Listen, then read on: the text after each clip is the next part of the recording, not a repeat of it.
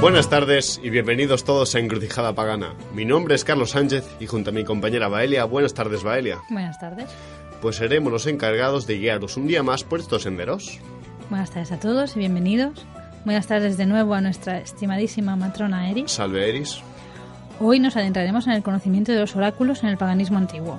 ¿Qué eran? ¿Quiénes los hacían? ¿Y cómo se hacían? Desde los misteriosos oráculos griegos hasta los encantamientos y ritos adivinatorios de diversos pueblos antiguos, hoy daremos un repaso a la magia practicada para conocer el pasado, el presente y el futuro.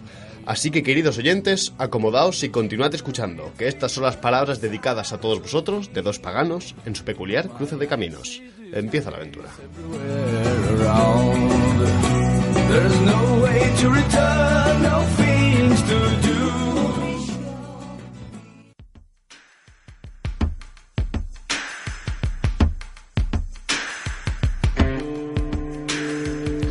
Antes de empezar un programa de oráculos, es bueno preguntarse qué es un oráculo. Tradicionalmente se considera que un oráculo era la revelación de la voluntad o la palabra divina a través de una persona que se encarga de transmitirla. Esta voluntad divina solía llegar en forma de un mensaje bastante críptico, en ocasiones poético, y precisaba de una meditación y de una interpretación posterior. Desde la antigüedad, el hombre siempre ha sentido una gran inquietud respecto al futuro y cómo tiene que enfrentarse a él. Por eso mismo ha recurrido a todas aquellas personas a las que ha atribuido, o ellos dicen, tener la capacidad de ver el futuro. Estas personas han tenido un papel oculto a lo largo de la historia. Adivinos y profetas de todo tipo han sido los consejeros de gente pobre y trabajadora, pero también de reyes y aristócratas que decidían el destino de muchos. Sin duda alguna, la capacidad de ver el futuro ha sido considerada un don a lo largo de la historia y aún hoy en día son muchos los que nos gusta escrutar el futuro con diversas técnicas o acudir a gente que nos permite, de alguna manera, vislumbrar un poco más allá del velo de la apariencia. En el programa de hoy vamos a conocer un poco los diversos oráculos, algunas mancias también, y los personajes que se encargaban de ellos en la antigüedad pagana. Es importante aquí la diferencia que ya explicaré un poco más adelante entre oráculo y mancia. Pero bueno, vamos a empezar con nada más y nada menos que los oráculos de los que nunca se habla, ¿no? Conocemos mucho oráculos griegos y romanos, pero ¿qué sabemos de los ritos adivinatorios, por ejemplo, de los druidas? Entre los celtas, pues la adivinación era una cosa bastante frecuente, y la casta más sacerdotal y también jurídica como la de los druidas, pues tenía su forma de magia encargada para adivinar el futuro.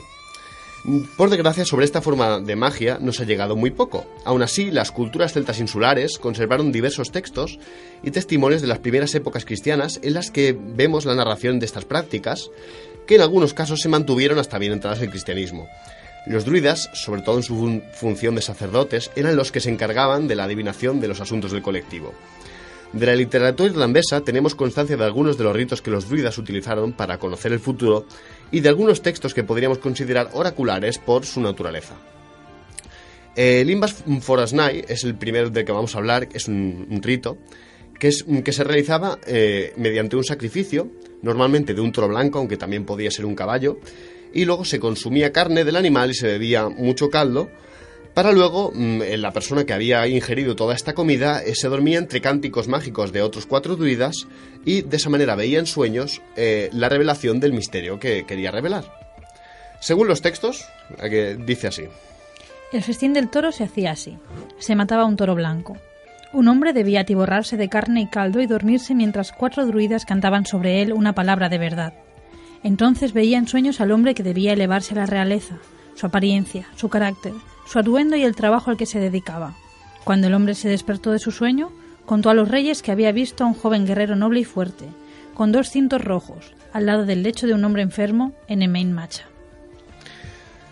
Vamos a relatar una pequeña curiosidad. Este rito, de alguna manera se siguió conservando. Incluso hay testimonios cristianos que dicen que en lugar de sacrificar un toro o sacrificar un caballo, lo que se hacía era masticar un trozo de carne de cerdo, de perro o de gato, para luego dormirse con las palmas pegaditas a la cara, y de esa manera también se tenían sueños proféticos. De alguna manera fue como la degeneración folclórica de este rito druídico que sobrevivió entre las gentes.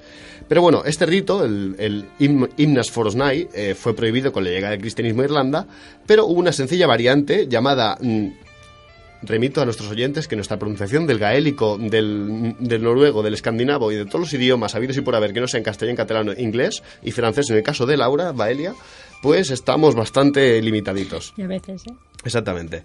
Bueno, este rito, esta variante no prohibida, se llamaba Digital Do Canaip y se permitió básicamente porque consistía en algo tan aparentemente sencillo como decir las primeras palabras inspiradas y mover los dedos al ver una persona a lo lejos que se acerca por el horizonte. Dice los textos así. Cuando el poeta ve a un hombre a lo lejos, que viene hacia él o se le aparece, compone inmediatamente una estrofa sobre él con la punta de sus huesos, es decir, sus dedos, o con su espíritu, sin preparación, y canta y actúa al mismo tiempo. Digamos que estos son los encantamientos adivinatorios que la literatura nos ha legado. Hay más, hay algunos que se consideran adivinatorios, pero también tienen mucha parte de maldición, porque básicamente te dicen, te va a pasar esto, es muy malo, y obviamente pasa. Como esos ritos tenían más carácter más dañino, no los he decidido incluir. Pero bueno, al margen de estos ritos, en la sociedad celta también existían otras cosas que eran ordalías, de las que siguen existiendo hasta a entrada a la Edad Media, que, bueno, básicamente servían para determinar la culpabilidad de alguien en determinados casos, por lo que es probable que fuesen conocimientos conocidos por los druidas en su faceta más de jueces. Estas ordalías hacen uso de talismanes mágicos y la literatura nos ha permitido conocer algunos de ellos, creo que unos 10 más o menos. Había una ordalía, a modo de ejemplo para que veáis qué es, en la que se calentaba un hacha de bronce al rojo vivo y se colocaba sobre la lengua del acusado. En caso de culpabilidad se quemaba. O sea, habría muchos culpables. La verdad siempre es relativa. Y otras ordalías, por ejemplo, consistían en dar 9 vueltas a un altar y beber un agua encantada por druidas y solo el culpable moriría bebiendo ese agua. Hay, curiosamente, ese agua con cicuta probablemente moriría alguno más de que otro. Y del mundo druida nos vamos al mundo germano. Y es que entre los pueblos germanos y vikingos existía lo que en islandés se conocía como volva, que significa literalmente portadora del báculo. Las volvas, de alguna manera muy identificables a las brujas, de hecho, sus prácticas son consideradas brujería, practicaban un tipo de magia que se considera propio de mujeres, el Seidur, o Seidur, si no recuerdo mal, según nuestro amigo Diego. Un saludo a Diego desde aquí. Las fuentes escandinavas distinguen entre estos dos tipos de magia, el Seid y el Run. La Run. Y es una cosa que parece que en el resto del mundo germano no ha habido esta diferencia tan clara, pero bueno, digamos que probablemente tuvieron sus correspondencias en el resto de mundo germánico. Bueno, la magia run es la magia que cualquiera puede aprender mediante el uso de runas y encantamientos, y el Seidur es el fenómeno exclusivamente escandinavo. De este en Germania no tenemos testimonios, pero como ya he dicho, es probable que hubiera algún fenómeno parecido.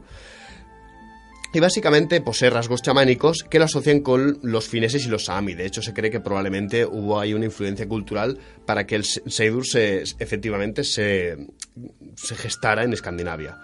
Básicamente se basa en el contacto con los espíritus y los muertos para obtener conocimientos, entre otras cosas, realizar hechizos, etc. Estas volvas escandinavas, las encargadas del Seidur, y las adivinas germanas, fueron uno de los oráculos más importantes de todo el mundo germano y vikingo. Es importante destacar el hecho de que uno de los textos de las Edas es el poema Voluspa, o Profecía de la Vidente, que por cierto es una vidente muerta, a la que Odín consulta. Un ejemplo que por cierto es un ejemplo impresionante de lo que podemos considerar un texto oracular que probablemente sea de época pagana, de plena época pagana, quizá de los pocos que nos han llegado efectivamente que nos hablen de una profecía hecha en época pagana. Y bueno, de ejemplos de volvas, por ejemplo, en la saga de Eric el Rojo, se narra la visita de una divina llamada Thorbjörg a una granja de colonos islandeses en Groenlandia.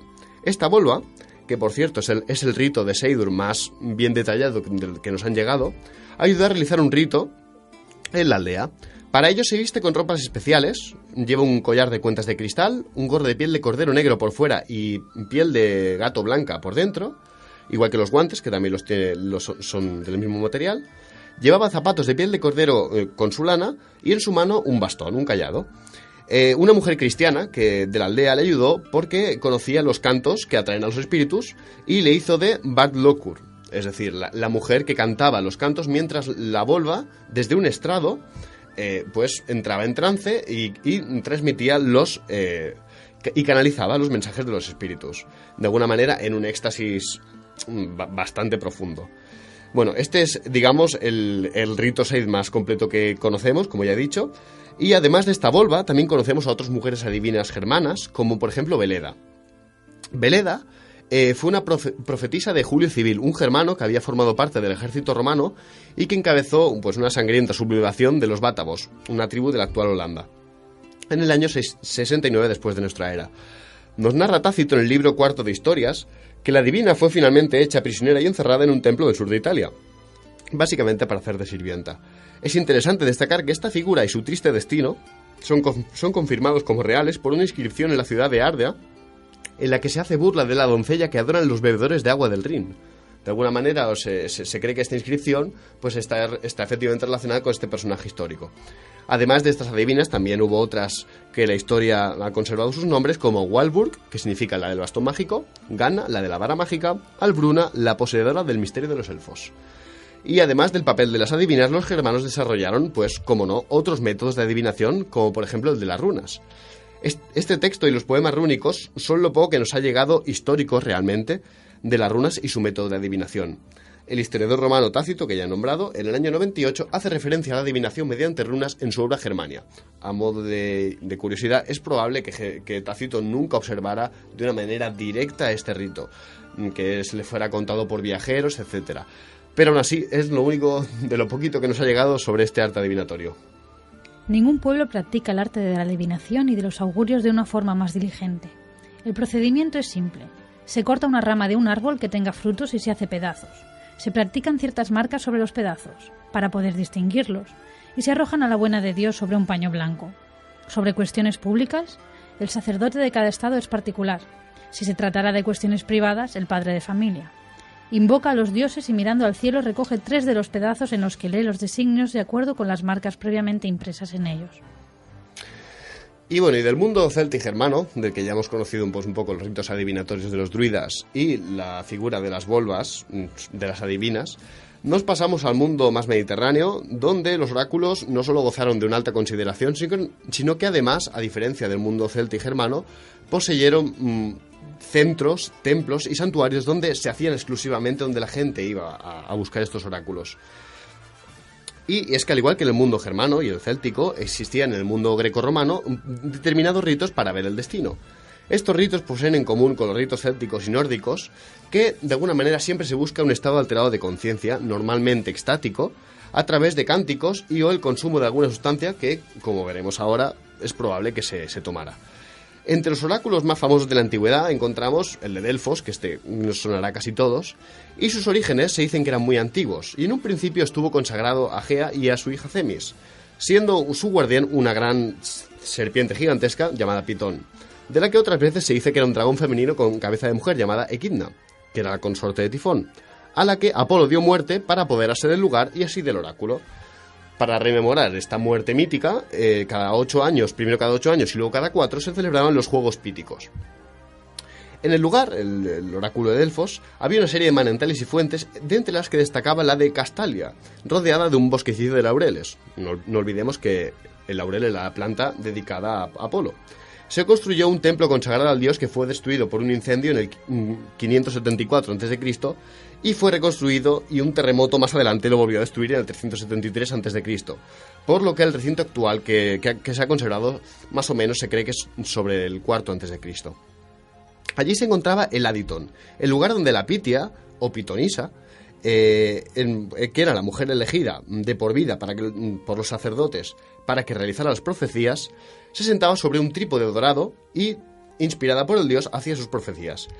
Estas se realizaban el 7º día de cada mes, salvo en los 3 meses invernales en que Apolo regresaba a la tierra de los hiperbóreos, donde tenía ahí su jardín, y en un estado de trance que ya desde la antigüedad fue atribuido a las exhalaciones que saldrían de una grieta o fisura que se encontraba justo debajo de donde se sentaba la pitonisa.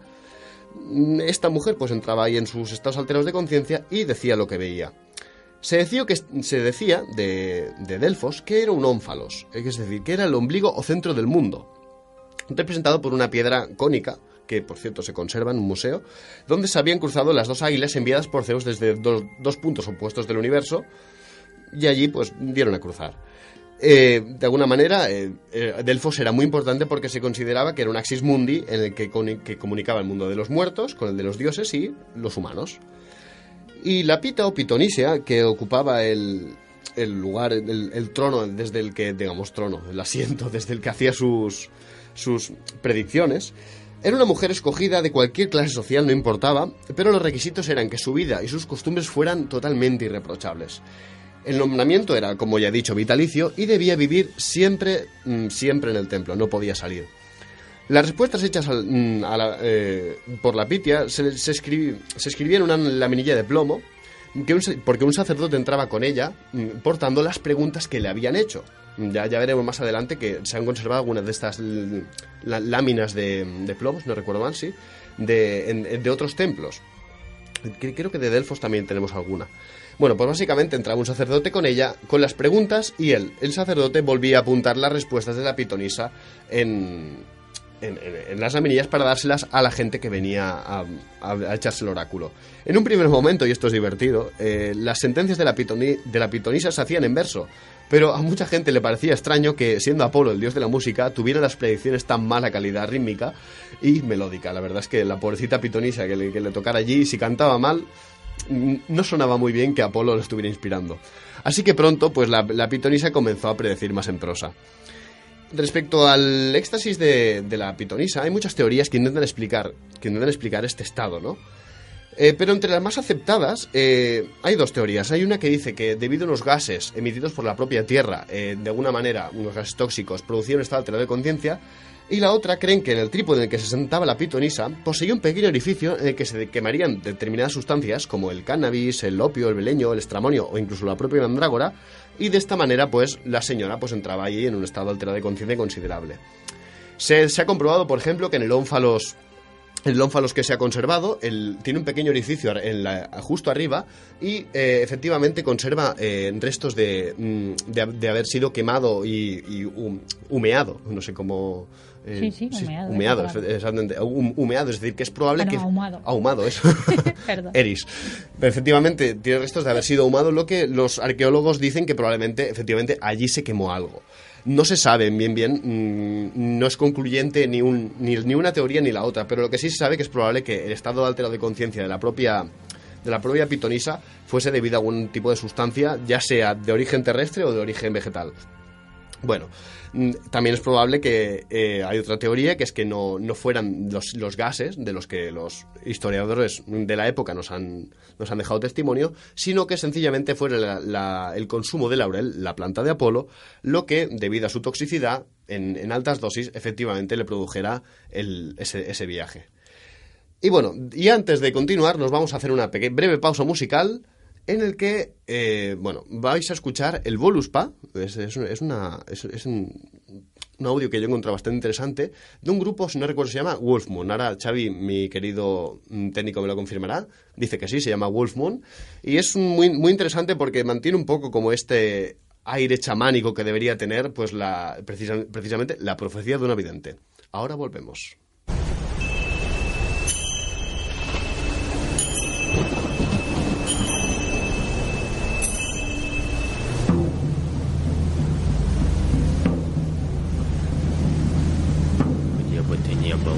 Что бы ты ни делал, услышь прорицание вероятия, ибо в этом знак богов.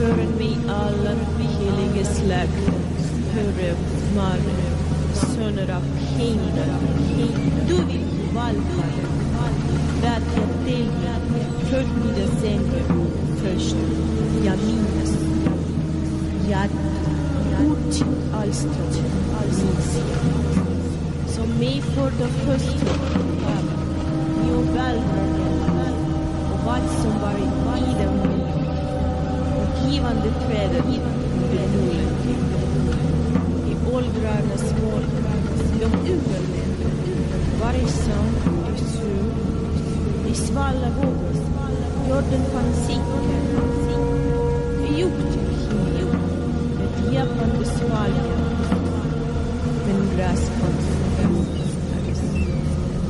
innan busarna luften landade höjden de som mundrade vid skapade. Solen strålade från söder på stenar, gröna örn, grådig mark. Solen kom från söder i sällskap med månen och höjer henne över himlaren. Solen är vist, versaler, månen är vist, ett mag. Stjärnorna var det skimra som det skimra. Du drog alla makter till sina dömare sätt. Och heliga gudar skyller oss. Natt och neder i namnet på. Kallade morgon och middag oss. Efter middag för att med åren asarna möttes på Idevallen. Timrade höjetempel och altare. Smedjor byggde, smycken gjorde, skaffade sig pengar och skapade väl. På gården mitt brädspel, den glada, armar på hjul, fanns inga lugn. Till stursmöar, trädde kom, mycket makter, från hjärtebar. Du drog alla vägar till sina dömare sätt, och heliga gudar och kyrnor åt sig. Den dvärgas karall, skapade skulle av blodig bränn och blink.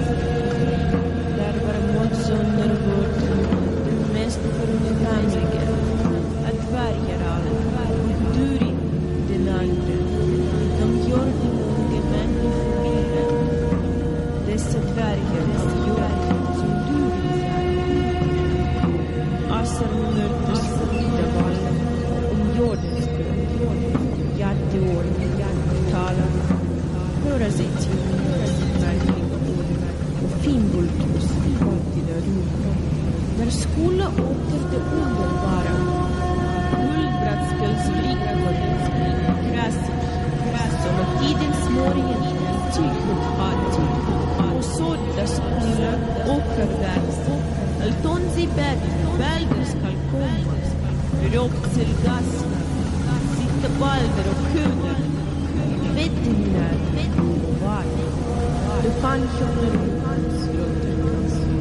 det både var. Det vida vitchen, vettinian och var. En salsefagare som surren stånd, tack med jul, tack med minne. Där skola fått vintra, härskarer i alla typer. Där kommer den mäktige till makt, den starka vann, den sömstor. Det kommer dunklar, drackefloden, ibland nedifrån Midjafallen, i frädjen, och flyger över släggen, och skall som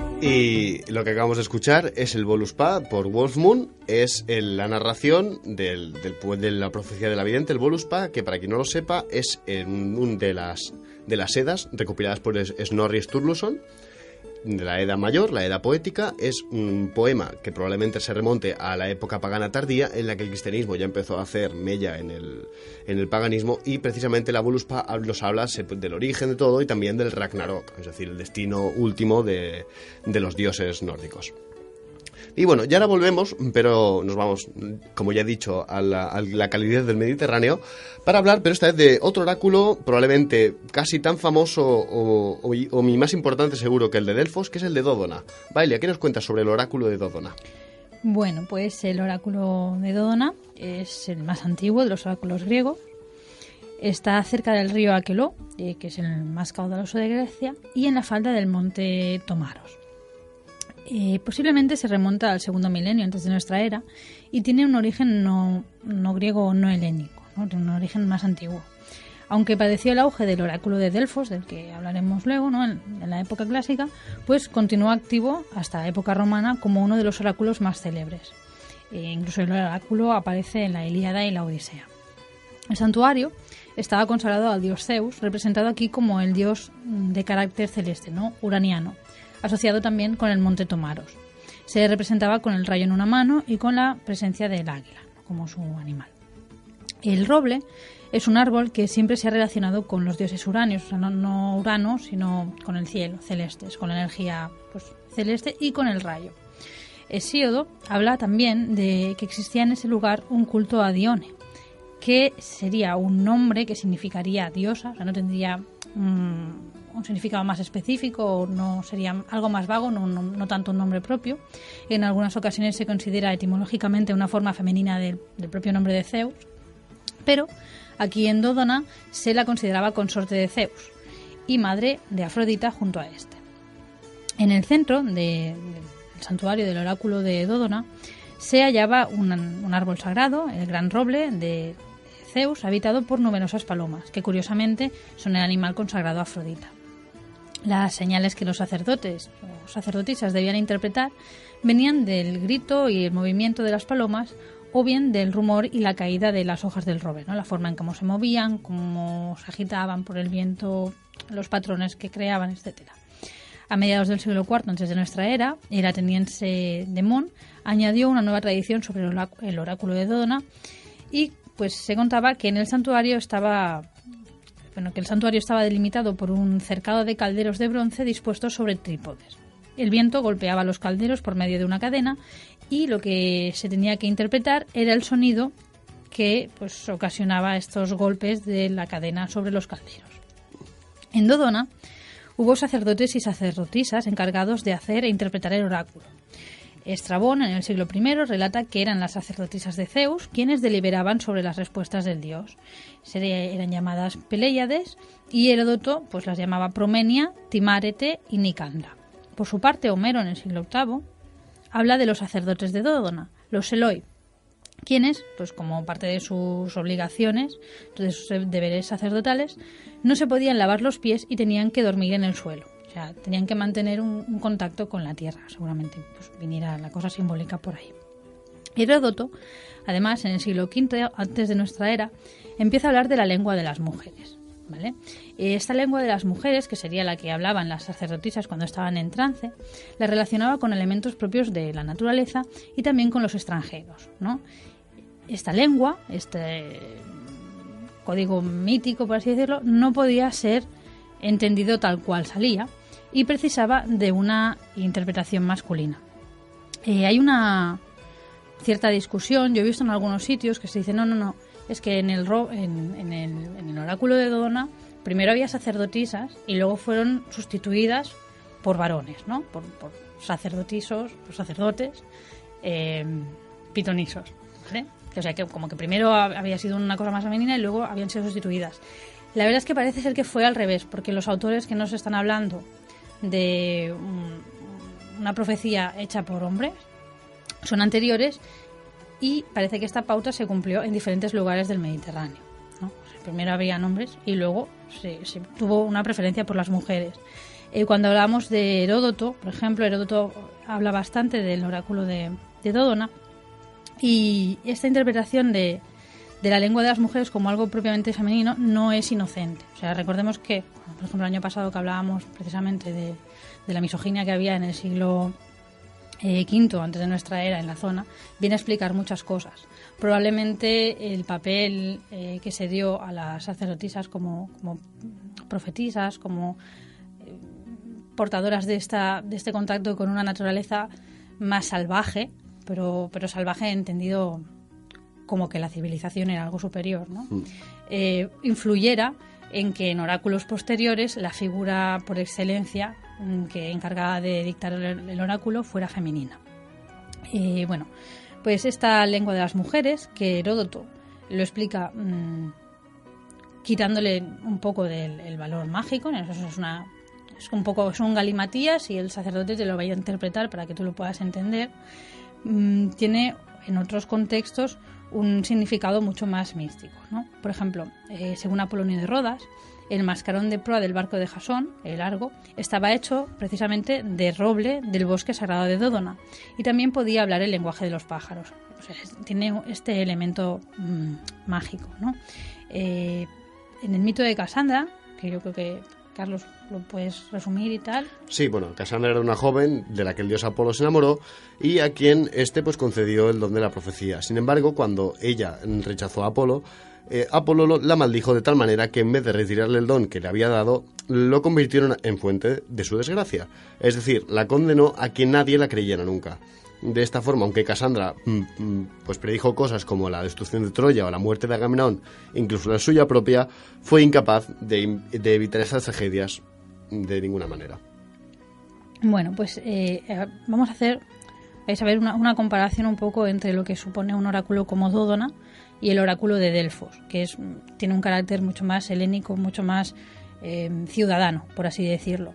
El oráculo de Dódona, al ser más antiguo, está relacionado también con formas oraculares más antiguas, como por ejemplo hablamos de la importancia que tienen los árboles por ejemplo en la confección de las runas. Algunas versiones del mito de Casandra cuentan que en lugar de ser así maldita en lugar que este don fuera otorgado, el don de la profecía, por Apolo, ella de niña habría pasado una noche en el templo de Apolo y las serpientes que lo habitaban o que había por allí le habían chupado las orejas, por lo que desde ese momento ella podía oír el futuro o, según otras versiones, entender este lenguaje de los pájaros. El lenguaje de los pájaros, a veces de los animales, pero sobre todo de los pájaros, en la mitología griega tiene un valor profético o, si no profético de futuro, sino de conocimiento más allá de lo evidente, que curiosamente se comparte también con la mitología germánica, ¿no? Por ejemplo, si recordamos, Sigurd aprende el lenguaje de las aves al probar la sangre del dragón Fafnir. Pero bueno, entonces este lenguaje mítico de las aves se le supone un origen indoeuropeo, incluso anterior, y se conserva aún en época medieval, se habla de él, ¿no? Es una referencia constante en textos mágicos. Pero bueno, pues lo que decíamos, ¿no? Vamos a ver que esta sería una tradición anterior a los oráculos entendidos como la voz de la divinidad. Sería una manera de conocer que tiene más que ver con un contacto a lo mejor con la naturaleza, con una conexión y a través de, igual se entra en trance, pero no estamos escuchando la voz de un dios, sino que estamos prestando atención al entorno y a partir de ahí nos llega la información y la soltamos, ¿no? Pero bueno, como sea, se han encontrado abundantes láminas de plomo con las preguntas de los consultantes que acudían al oráculo de Dódona.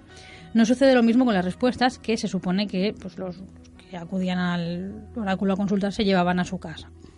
Las consultas se refieren por lo general a asuntos cotidianos y domésticos, pero pues, de importancia para cada uno, ¿no? Por ejemplo, son preguntas sobre elección de matrimonio, sobre la fecundidad o esterilidad, sobre si el hijo que había nacido era legítimo, sobre la conveniencia de emprender un viaje, etc. Pero este oráculo también fue consultado por personalidades o recibió preguntas de Estado acerca de la conveniencia de iniciar guerras, buscar la paz o por un tema como desplazar un templo del lugar, ¿no? Especialmente fue consultado por los espartanos. Por ejemplo, en el siglo V o IV, el rey de Esparta pues indagó con este oráculo sobre si convenía o no lanzarse a una gran guerra contra los persas, o también fueron los espartanos a Dódona para asesorarse antes de la batalla de Leuctra en el año 371 contra Tebas. En el siglo IV antes de nuestra era se construyó un templo de Zeus al lado del roble sagrado de Dódona y pues el complejo se fue rodeando de una pequeña muralla. Con el tiempo, las cercanías albergaron también templos a Dione, Heracles, Afrodita y Temis. Los edificios del lugar fueron más bien sencillos, ¿no? Hasta llegar la época helenística, en la que se añadió el teatro y otros edificios civiles.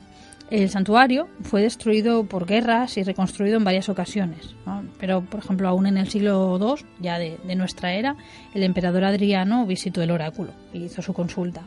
De hecho, la ruina del oráculo no llegó completamente hasta el año 391 de nuestra era, cuando el roble sagrado fue cortado debido al edicto de Teodosio I que prohibía los cultos paganos.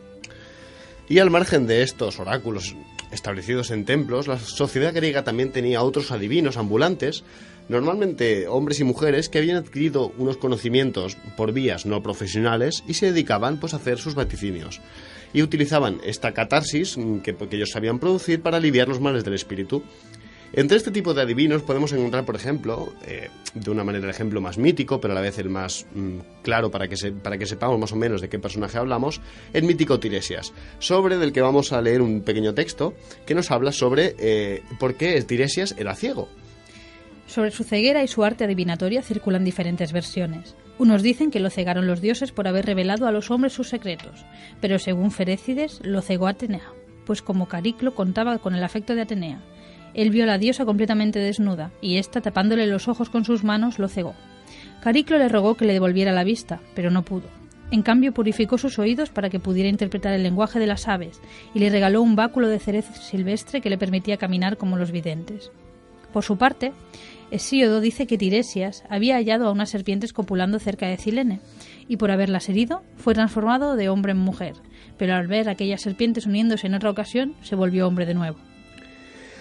Y bueno, pues ya vemos que había estos también adivinos ambulantes, pero y un dato interesante que debemos comentar sobre los oráculos en la antigua Grecia, y yo creo que más concretamente en todo el ámbito del paganismo antiguo, es que hay una idea que hoy en día puede parecernos incluso algo extraña, y es que la locura, los estados alterados de conciencia provocados por lo que fuese, ya sean inducidos por trances musicales y por cánticos o por drogas, digamos que todos estos estados tenían una carga sagrada porque de alguna manera permitían a las personas traer los oráculos del otro lado, ¿no?, de la realidad. Platón, de hecho, nos escribe sobre este tema en el Fedro. Porque si fuera algo tan simple afirmar que la demencia es un mal, tal afirmación estaría bien. Pero resulta que, a través de esa demencia, que por cierto es un don que los dioses otorgan, nos llegan grandes bienes. Porque la profetisa de Delfos, efectivamente, y las sacerdotisas de Dódona, es en pleno delirio cuando han sido causa de muchas y hermosas cosas que han ocurrido en la Hélade, tanto privadas como públicas, y pocas o ninguna cuando estaban en su sano juicio. Y no digamos ya de la Sibila, y de cuantos, con divino vaticinio, predijeron acertadamente a muchos cosas para el futuro. Pero si nos alargamos ya con estas cuestiones, acabaríamos diciendo lo que ya es claro a todos. Sin embargo, es digno de traer a colación el testimonio de aquellos que, entre los hombres de entonces, plasmaron los nombres y que no pensaron que fuera algo para avergonzarse, o una especie de oprobio a la manía. De lo contrario, a este arte tan bello, que sirve para proyectarnos hacia el futuro, no lo habrían relacionado con este nombre, llamándolo maniqué. Más bien fue porque pensaban que era algo bello, al producirse por aliento divino, por lo que se lo pusieron. Pero los hombres de ahora, que ya no saben lo que es bello, le interpolan una T y lo llaman mantique. Aquí es importante destacar, ¿no?, el hecho de que la palabra mantique, que de aquí en este texto se hace mención, es el origen de lo que hoy conocemos como mancias. Y es que de alguna manera ya en la antigüedad existe esta división, ¿no?, entre lo que es una mancia y lo que es el maniqué, la manía sagrada, esa locura que permite efectivamente vislumbrar lo que hay al otro lado. Y las mancias de alguna manera serían las técnicas de las que, por ejemplo, un ejemplo no griego, pero sí germano, serían las runas. Un ejemplo griego sería pues la inspección de las entrañas o los augurios, el vuelo de las aves. De alguna manera estas mantiqués, estas mancias, no requieren de la maniqué o manía sagrada para ser interpretadas. Pero bueno, es interesante ver cómo de alguna manera este estado de alguna manera loco, que está bien visto en la antigüedad, y como hoy en día, sin embargo, lo hemos demonizado mucho. Está bien visto porque lo tenían controlado. Exactamente, es una muy buena observación, me gusta. Y bueno, del mundo griego nos pasamos al mundo romano, y es que hay que destacar un misteriosísimo oráculo del que conocemos muy poco, pero que gozó de una grandísima importancia: los libros sibilinos. Los libros sibilinos eran unos libros proféticos cuyo contenido se desconoce, usados normalmente para prever el futuro. Su origen legendario es el siguiente. La Síbila de Cumas se presentó en cierta ocasión ante el mítico rey romano Lucio Tarquinio, apodado el Soberbio, como una mujer muy anciana y le ofreció 9 libros proféticos a un precio extremadamente alto. Tarquinio se negó pensando en conseguirlos mucho más baratos y entonces la Síbila destruyó 3 de los libros. A continuación, le ofreció los 6 restantes al mismo precio que al principio. Tarquinio obviamente se negó de nuevo y ella destruyó otros 3. Ante el temor de que desaparecieran todos, el rey aceptó comprar los 3 últimos, pero pagó por ellos el precio que la Síbila había pedido por los 9. Estos 3 libros fueron guardados en el templo de Júpiter de la ciudad de Roma y eran consultados en situaciones súper especiales. Los libros sibilinos no sabrían por cualquier cosa. Estos libros originalmente estaban escritos en griego sobre hojas de palmera y más adelante se cree que se pasaron a papiro. Los romanos apreciaban muchísimo estos libros y los guardaban en un colegio formado por 10 sacerdotes menores llamados Decemviri Sacris Faciundis. En situaciones de crisis, los libros sibilinos fueron cruciales y tuvieron un papel importantísimo su interpretación para los asuntos políticos y militares. Por ejemplo, fueron consultados cuando Aníbal derrotó a las legiones romanas en Canas. Siguiendo recomendaciones de los libros, por ejemplo, se enterró vivos a 2 galos y a 2 griegos bajo el mercado de Roma para que, de alguna manera, se pudiera ganar la guerra.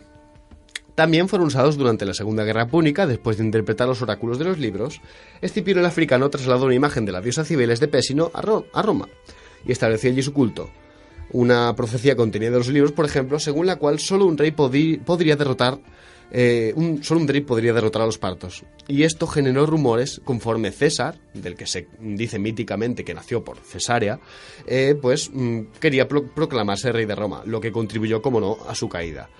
En el año 83 a.C., el fuego, por desgracia, destruyó los libros sibilinos originales y hubo que formar una nueva colección.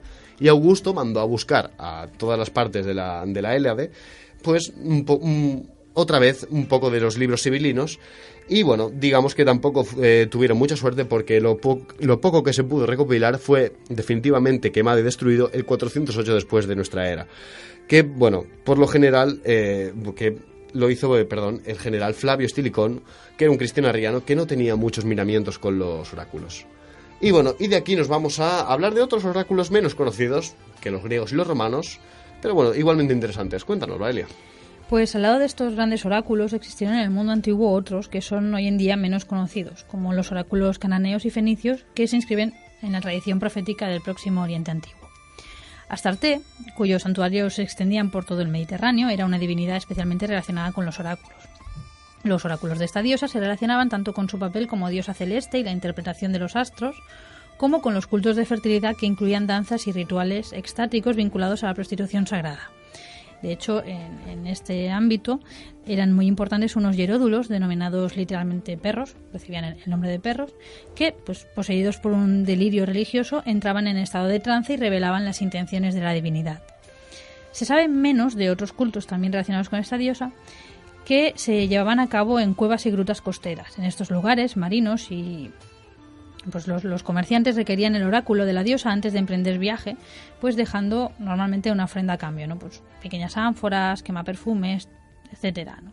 Se cree, por ejemplo, que en la península hubo un santuario oracular de Astarte en Cádiz y que en este santuario oracular se profetizó a César en el 68 antes de nuestra era su futura grandeza a través de la interpretación de sueños. O sea, había como diferentes sistemas.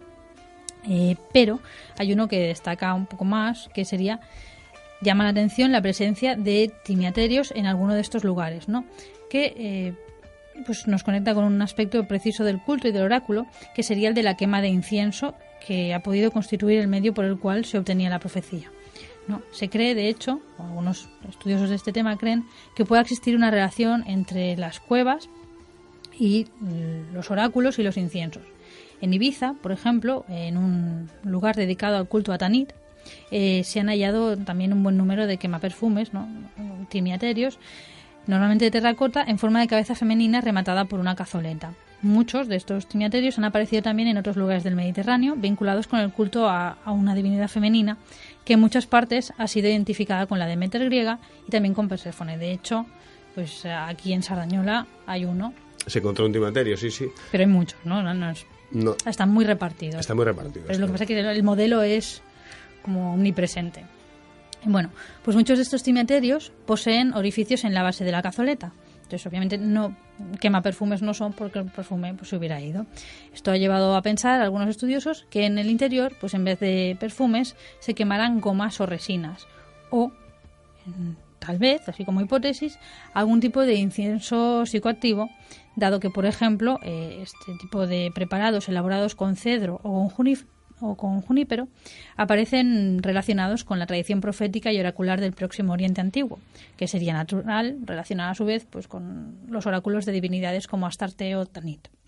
Por supuesto, pues es una hipótesis que pues, ulteriores investigaciones pues tienen que confirmar o rechazar. Bueno, pues hasta hoy, hasta aquí, ¿no? Hasta aquí pues lo que hemos comentado de los oráculos en la antigüedad pagana. La verdad es que nos queda claro que para hacer un oráculo hay que estar un poco volado de la cabeza. Y de volados de la cabeza quiero hablar yo precisamente porque me presento a mí mismo como un volado de la cabeza más. Y es que nada más y nada menos que aparte de estar loco, quiero presentar aquí en Encrucijada Pagana, aprovechando que hemos hablado de oráculos, que no ha sido al azar, nada más y nada menos que un proyecto que estoy empezando, al que el que estáis invitados todos podéis participar, todos podéis estar ahí, enviarme vuestras cosas, que se llama Caosmogonía, oráculos, eris y caos, para quien haya visitado Nada, que aquí Eris está en el estudio y se escuchan hojas pasando una tras otra y bolis cayéndose como a mí me ha pasado ahora mismo. Bueno, la cuestión. Voy a hablar un poquito de Caosmogonía, ya que estamos hablando de oráculos, que es un proyecto que he empezado ahora mismo, que bueno, yo desde hace bastantes años ya, unos 4 o 5 ya, que me gusta pues hacer oráculos, hacer adivinación, hacer la mantique. Y pero también me gusta hacer un poco de la maniqué, ¿no? Un poco así, un poco a lo griego. A mí me gusta el éxtasis para adivinar cosas, a mí me gusta, todo, no hay que engañarnos. Y de alguna manera yo pretendo con Caosmogonía, como buen adorador de Eris que soy, la gente se pensará que lo de Eris es una broma, pero no, yo soy adorador de Eris, efectivamente. Y aquí Baelia, también presente, puede dar testigo de ello. Y como no, haciendo referencia al caos mítico, el caos con K, el caos de los griegos, del que todo procede. De alguna manera, pues he decidido empezar este proyecto en el que, bajo el auspicio de estas dos divinidades, me comprometo a ayudar desinteresadamente a cualquier persona que precise de un oráculo. Al igual que los templos antiguos hacían, pues yo, a la manera moderna y humilde de Internet y Blogspot, pues me comprometo a todo aquel que precise de un oráculo, precise de un tema, le preocupe, una adivinación, un lo que sea. Pues yo, con los medios que tengo, me comprometo sencillamente a ayudarle.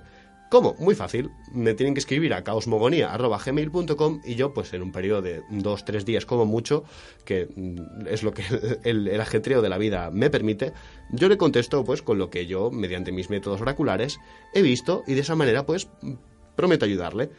De alguna manera, ¿el objetivo cuál es? El objetivo básicamente es llegar a todo el mundo, que el oráculo vuelva a tener de alguna manera una función, la función simbólica, la función de transmitir a la gente lo que de alguna manera hay gente que no puede ver y yo de alguna manera le quiero ofrecer a esa gente que no puede ver o no quiere ver o le da miedo ver, sencillamente lo que yo puedo ver por ellos y si les puedo ayudar con ello, pues mejor. Si no les ayudo, pues mira, como es desinteresado tampoco pasa nada.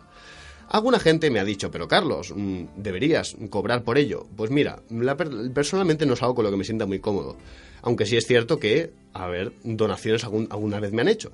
Pero bueno, para ese tema, de donaciones de momento, con Caosmogonía de momento no voy a aceptar, por un tema, más que nada por un tema de logística, que ahora mismo me tendría que meter y no tengo tiempo para ello, pero en un futuro si alguien quiere hacer una donación la haré. Pero el objetivo de Caosmogonía es que tarde o temprano, cuando se hagan donaciones, es dar una parte de todo lo ganado, pues obviamente ayudar a la gente, ya que el objetivo de Caosmogonía es ayudar a la gente. Si la gente me ayuda a mí, yo ayudaré a más gente. ¿Cómo? Donando una parte de lo obtenido a ONGs a cada mes, a una diferente.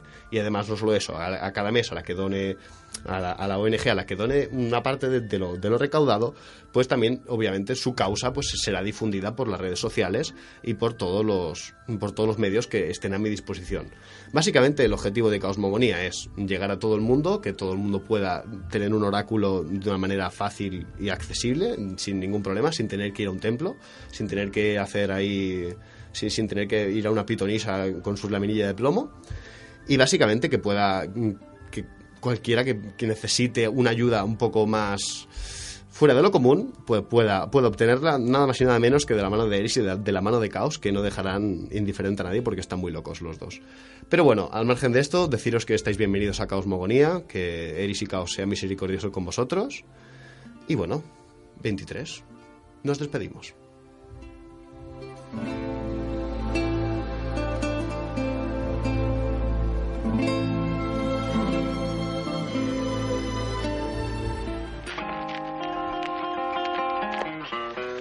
Y queridos oyentes, aquí termina nuestra misión de hoy y esperamos que nuestro programa ha sido de vuestro agrado. Desde el equipo de Encrucijada Pagana agradecemos la labor técnica de Xavi Gracias, Xavi. y el espacio concedido por Sardañola Radio. Damos las gracias también a Eris, que hoy está especialmente bailarina por aquí, por el estudio, Sí, en su espléndido tutelaje y danza. sí, danza cósmica. Y agradecemos, como no, a todos los oyentes que nos acompañáis en nuestro cruce de caminos, tanto en directo como online, o a través de los podcasts en iVoox, o a través de nuestro canal en YouTube, que algún día será actualizado. Sí, También quería comentaros que si queréis poneros en contacto con nosotros, tenemos el correo, que es encrucijadapagana@gmail.com, pero lo más rápido suele ser Facebook. Ambos los sitios, de hecho, nos llegan al mismo tiempo los avisos a Facebook que los avisos al correo. Lo que sí tardamos más en ver son los comentarios en la página y si ponéis algún comentario pues en iVoox o en YouTube. ¿Vale? Entonces, si es una cuestión más urgente o queréis asegurar de que llega y no se nos pasa por alto, pues eso, o correo o mensaje privado a través de Facebook. efectivamente. Y no olvidéis que podéis seguirnos por Facebook y enviarnos vuestras opiniones, ideas, sugerencias, halagos, insultos, preguntas, lo que queráis. A mí me da igual ya. Encrucijadapagana@gmail.com. Yo lo he dicho, estamos al tanto de todo, estamos conectados, los teléfonos móviles nos han poseído la mente y están ahí con las malditas aplicaciones que nos... También es probable que de viernes a martes no recibáis ninguna respuesta. Eso es cierto, básicamente porque la vida es complicada y hay que trabajar y hay que ganarse el pan. Así... Aquí trabajamos entre otros días, con más intensidad los fines de semana, entonces puede que si queréis algo pues tengáis que esperar a un martes, un miércoles. Y el próximo programa, pues ya os sorprenderemos con el tema, no os lo pienso decir. Y queridos oyentes, como no, esperamos vuestros oídos el próximo miércoles a las 6 de la tarde aquí en Sardañola Radio, Encrucijada Pagana, en nuestro peculiar cruce de caminos. Hasta pronto.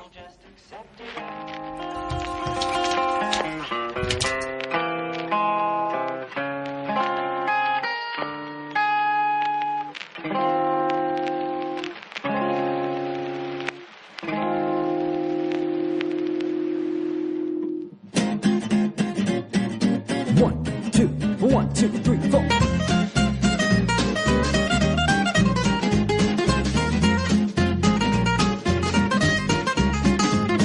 I'll cook up a solution with the knowledge I've accrued. They say a kitchen time saves 9, but I'm just saving 2.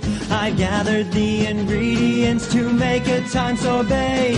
There's hardly room for seconds when the seconds melt away.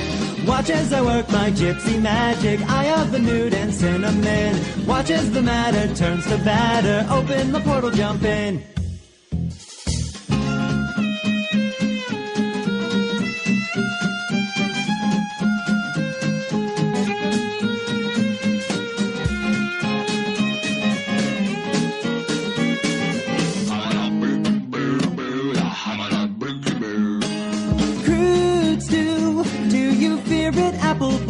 Sometimes life is not a cakewalk served up on a silver spoon.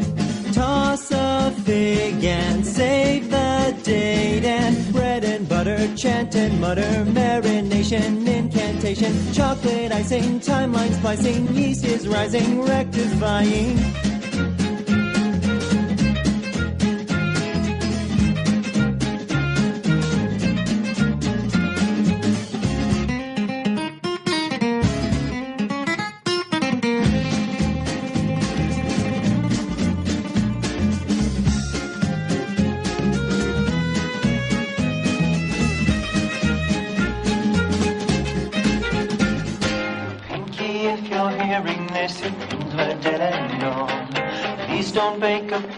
Just accept it and move on. My cauldron is preheated and I've got you you in my thrall.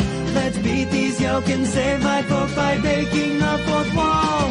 Watch as I work my gypsy magic, see pony tears and provolone. God help this outcast with her witchcraft, someday I'm gonna go home. Someday I'm gonna go home.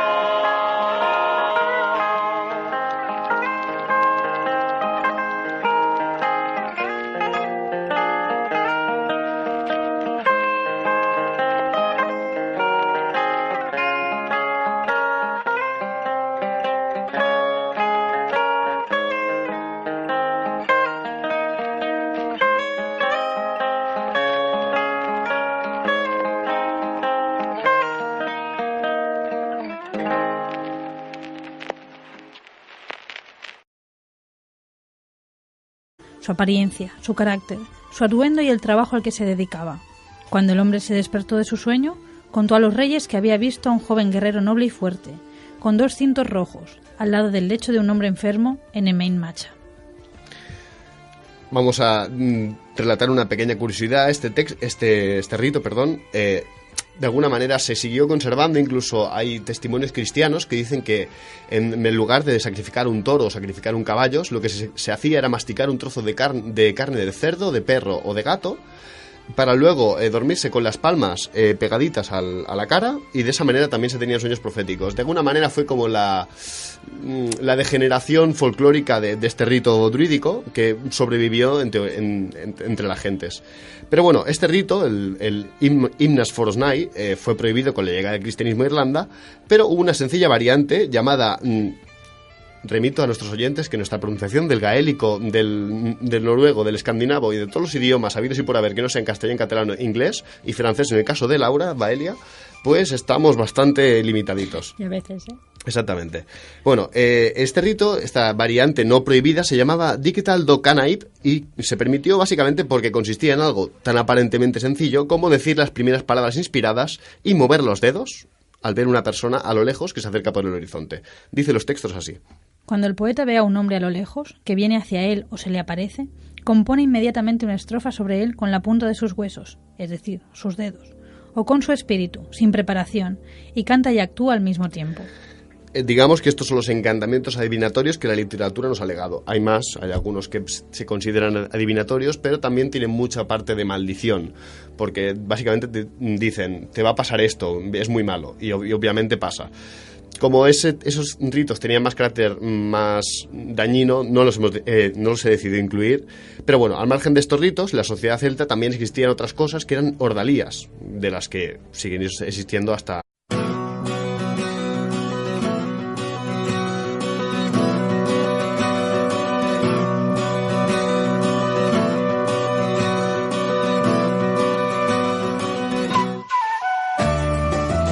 Buenas tardes y bienvenidos todos a Encrucijada Pagana. Mi nombre es Carlos Sánchez y junto a mi compañera Baelia. Buenas tardes, Baelia. Buenas tardes. Pues seremos los encargados de guiaros un día más por estos senderos. Buenas tardes a todos y bienvenidos. Buenas tardes de nuevo a nuestra estimadísima matrona Eris. Salve, Eris. Hoy nos adentraremos en el conocimiento de los oráculos en el paganismo antiguo. ¿Qué eran, quiénes los hacían y cómo se hacían? Desde los misteriosos oráculos griegos hasta los encantamientos y ritos adivinatorios de diversos pueblos antiguos, hoy daremos un repaso a la magia practicada para conocer el pasado, el presente y el futuro. Así que, queridos oyentes, acomodaos y continuad escuchando, que estas son las palabras dedicadas a todos vosotros, de dos paganos, en su peculiar cruce de caminos. Empieza la aventura.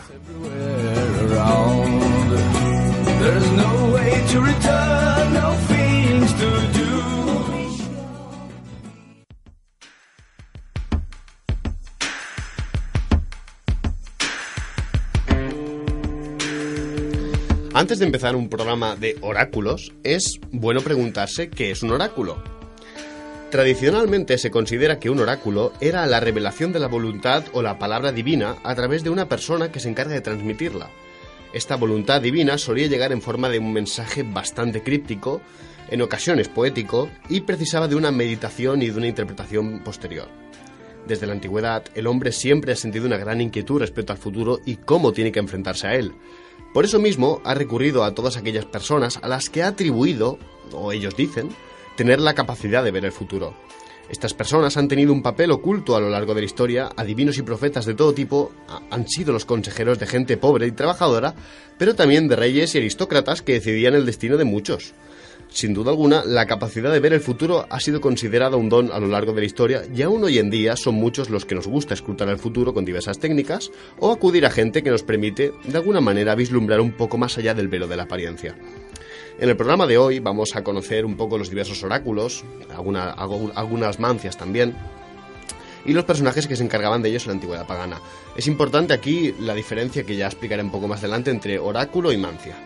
Pero bueno, vamos a empezar con nada más y nada menos que los oráculos de los que nunca se habla, ¿no? Conocemos muchos oráculos griegos y romanos, pero ¿qué sabemos de los ritos adivinatorios, por ejemplo, de los druidas? Entre los celtas, pues la adivinación era una cosa bastante frecuente y la casta más sacerdotal y también jurídica como la de los druidas, pues tenía su forma de magia encargada para adivinar el futuro. Por desgracia, sobre esta forma de magia nos ha llegado muy poco. Aún así, las culturas celtas insulares conservaron diversos textos y testimonios de las primeras épocas cristianas en las que vemos la narración de estas prácticas, que en algunos casos se mantuvieron hasta bien entradas el cristianismo. Los druidas, sobre todo en su función de sacerdotes, eran los que se encargaban de la adivinación de los asuntos del colectivo. De la literatura irlandesa tenemos constancia de algunos de los ritos que los druidas utilizaron para conocer el futuro y de algunos textos que podríamos considerar oraculares por su naturaleza. El Imbas Forasnai es el primero del que vamos a hablar, es un rito que se realizaba mediante un sacrificio, normalmente de un toro blanco, aunque también podía ser un caballo, y luego se consumía carne del animal y se bebía mucho caldo, para luego la persona que había ingerido toda esta comida se dormía entre cánticos mágicos de otros 4 druidas y de esa manera veía en sueños la revelación del misterio que quería revelar. Según los textos, dice así. El festín del toro se hacía así. Se mataba un toro blanco. Un hombre debía atiborrarse de carne y caldo y dormirse mientras 4 druidas cantaban sobre él una palabra de verdad. Entonces veía en sueños al hombre que debía elevarse a la realeza. Cimientos, entre otras cosas, realizar hechizos, etc. Estas volvas escandinavas, las encargadas del Seidur, y las adivinas germanas, fueron uno de los oráculos más importantes de todo el mundo germano y vikingo. Es importante destacar el hecho de que uno de los textos de las Edas es el poema Voluspa, o Profecía de la Vidente, que por cierto es una vidente muerta, a la que Odín consulta.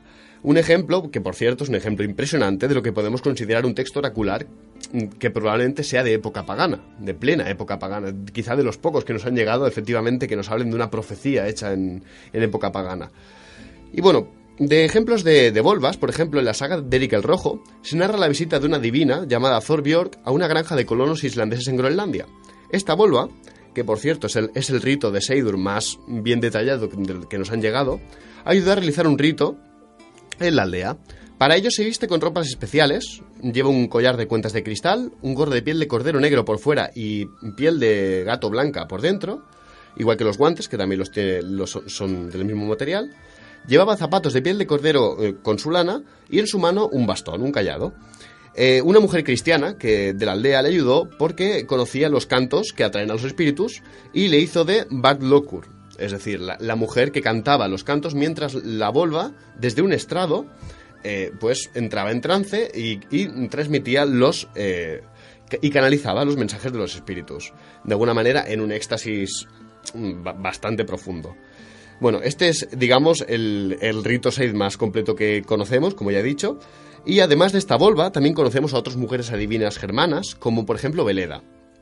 Veleda fue una profetisa de Julio Civil, un germano que había formado parte del ejército romano y que encabezó pues, una sangrienta sublevación de los bátavos, una tribu de la actual Holanda, en el año 69 después de nuestra era. Nos narra Tácito en el libro cuarto de Historias que la divina fue finalmente hecha prisionera y encerrada en un templo del sur de Italia, básicamente para hacer de sirvienta a entrada a la Edad Media, que, bueno, básicamente servían para determinar la culpabilidad de alguien en determinados casos, por lo que es probable que fuesen conocidos por los druidas en su faceta más de jueces. Estas ordalías hacen uso de talismanes mágicos y la literatura nos ha permitido conocer algunos de ellos, creo que unos 10 más o menos. Había una ordalía, a modo de ejemplo para que veáis qué es, en la que se calentaba un hacha de bronce al rojo vivo y se colocaba sobre la lengua del acusado. En caso de culpabilidad se quemaba. O sea, habría muchos culpables. La verdad siempre es relativa. Y otras ordalías, por ejemplo, consistían en dar 9 vueltas a un altar y beber un agua encantada por druidas, y solo el culpable moriría bebiendo ese agua. Hay, curiosamente, ese agua con cicuta probablemente moriría alguno más de que otro. Y del mundo druida nos vamos al mundo germano. Y es que entre los pueblos germanos y vikingos existía lo que en islandés se conocía como volva, que significa literalmente portadora del báculo. Las volvas, de alguna manera muy identificables a las brujas, de hecho sus prácticas son consideradas brujería, practicaban un tipo de magia que se consideraba propio de mujeres, el seidr. O Seidur, si no recuerdo mal, según nuestro amigo Diego. Un saludo a Diego desde aquí. Las fuentes escandinavas distinguen entre estos dos tipos de magia, el Seidr y el Run. La Run. Y es una cosa que parece que en el resto del mundo germano no ha habido esta diferencia tan clara, pero bueno, digamos que probablemente tuvieron sus correspondencias en el resto de mundo germánico. Bueno, la magia Run es la magia que cualquiera puede aprender mediante el uso de runas y encantamientos, y el Seidur es el fenómeno exclusivamente escandinavo. De este en Germania no tenemos testimonios, pero como ya he dicho, es probable que hubiera algún fenómeno parecido. Y básicamente posee rasgos chamánicos que lo asocian con los fineses y los sami. De hecho, se cree que probablemente hubo ahí una influencia cultural para que el Seidur efectivamente se gestara en Escandinavia. Básicamente se basa en el contacto con los espíritus y los muertos para obtener conocimiento